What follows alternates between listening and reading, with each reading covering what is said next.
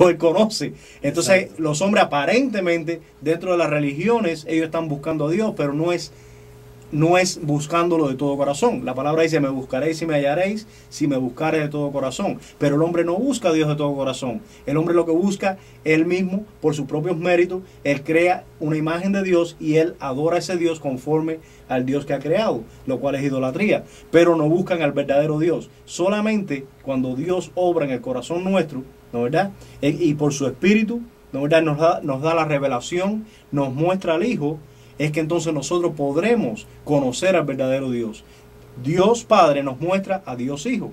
Amén. Y entonces podemos tener esa relación íntima con Jesucristo. Y el problema está en lo como estamos leyendo aquí en Isaías 1:6. O sea, el hombre completamente desde la planta del pie hasta la cabeza, no hay en él cosa sana. O sea, físicamente puede ser que esté sano, pero espiritualmente el hombre tiene llaga por dentro. O sea, el hombre espiritualmente está enfermo.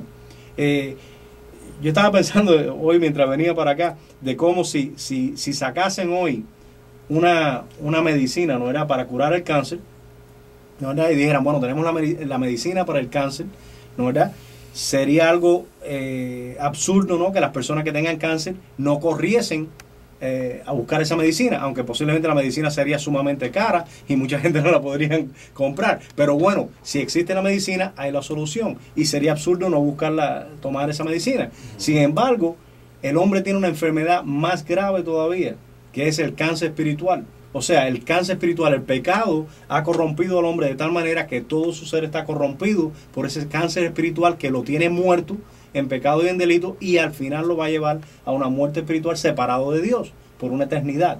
Sin embargo, la medicina efectivamente es tan cara, ¿no verdad?, que nadie la puede comprar, ¿no verdad?, porque la medicina para el cáncer espiritual nadie lo puede comprar, no es por obras, no es por dinero que se obtiene. Sin embargo, a la misma vez, a Dios le costó mucho, porque Él dio la vida de su Hijo, Cristo Jesús, y esa es la medicina para nuestro cáncer espiritual. Exacto. Cristo murió por nuestros pecados, y al nosotros tomar esa medicina de parte de Dios, a recibirlo en nuestro corazón, somos sanados de esa enfermedad espiritual. Sin embargo, ¿qué pasa? Personas piensan que están lejos de esa medicina. Sin embargo, ¿qué es lo que dice Dios? En Romanos nos dice inclusive, cerca de ti está. O sea, Dios ha puesto esa medicina tan cerca de nosotros, en nuestra boca, en nuestro corazón, y lo único que tenemos que hacer es recibir esa medicina por fe, creyendo en Cristo Jesús. Amén. Amén. Recibimos la medicina para nuestro ser. Adelante. Muy bien, entonces vemos como nos dice, continúa diciendo en el 3:10, como está escrito, no hay justo ni aún uno. En el 3:11 nos dice, no hay quien entienda. O sea, esto describe la ceguera espiritual del hombre. El hombre está ciego. Cuando se trata de las cosas de Dios y de la verdad de Dios, no hay entendimiento, como nos dice 1 Corintios 2:14, que el hombre natural no percibe las cosas del Espíritu de Dios. No hay quien busque, o sea, diligentemente a Dios. Pero no contradice esto a lo que nos dice Hechos 15:17 y Hebreos 11:6, que enseña que el hombre busca a Dios. El punto principal de Romanos 3:11 es este: el hombre, dejado a su propia naturaleza depravada, se aleja de Dios en vez de acercarse a Dios. El hombre por naturaleza anda por los caminos de Dios o anda por sus propios caminos. Isaías 53:6 nos dice, cada cual se apartó por su propio camino. Por naturaleza los hombres aman la luz y vienen a la luz, según Juan 3:19-20. No quieren venir a la luz. ¿Para qué? Para que no le muestren cuáles son sus obras. Sus obras son malas, en contra de Dios. ¿Buscó Dios al Adán perdido o buscó el Adán perdido a Dios? Exacto. Según Génesis 3, del 6 al 10. ¿Los hombres perdidos andan en busca del Salvador o es el Salvador quien busca a los hombres perdidos? Lucas 19:10 nos dice que Jesucristo vino a buscar y a salvar lo que se había perdido. Amén. O sea, si el hombre verdaderamente tiene esa voluntad de buscar a Dios, pues Dios no tenía que enviar a Jesucristo, porque el hombre tarde o temprano iba en contra del camino. Pero por cuanto el hombre estaba completamente ciego y perdido y depravado, Jesucristo tuvo que venir a buscar lo que se había perdido. Y no solamente a buscarlo, sino a pagar el precio que nosotros teníamos que pagar. Jesucristo se hizo pecado para que nosotros pudiéramos recibir la justicia de Dios. Por analogía con 1 Juan 4:19 podríamos decir, nosotros lo buscamos a Él porque Él nos buscó primero. Por analogía con 1 Juan 4:10 podríamos decir, en esto consiste el amor de Dios que busca y salva, no en que nosotros hayamos buscado a Dios, sino en que Él nos buscó a nosotros. Por analogía podríamos mirar a Juan 15:16, ustedes no me buscaron a mí, sino yo los busqué a ustedes. Todo creyente debería dar gracias a Dios por la misericordiosa obra que Él está dispuesto a hacer y que Él hace en el corazón humano. Búscame en segunda de Tesalonicenses, capítulo 3, versículo 13. Ok, nos dice la palabra, y vosotros hermanos, no os canséis de hacer bien. Segunda Tesalonicenses. Sí, 2:13. Oh, 2:13, perdón. Perdón.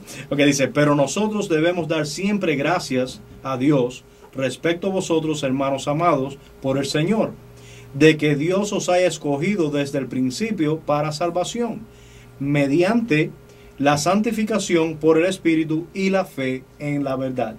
Amén. Dice, a lo cual os llamó mediante nuestro Evangelio para alcanzar la gloria de nuestro Señor Jesucristo. Gloria a Dios. Amén. O sea, si hay algo por lo cual el creyente, la iglesia, constantemente debe de estar alabando el nombre de Dios, es porque Dios nos ha tenido misericordia para con nosotros y nos ha escogido, nos ha traído a nuestro Señor Jesucristo y nos ha lavado y santificado a través de su sangre preciosa. O sea que esto es obra del Señor y nosotros tenemos que reconocer que es por pura gracia. No hay nada en nosotros por lo cual podamos pensar de que lo merecemos, porque nadie lo merece.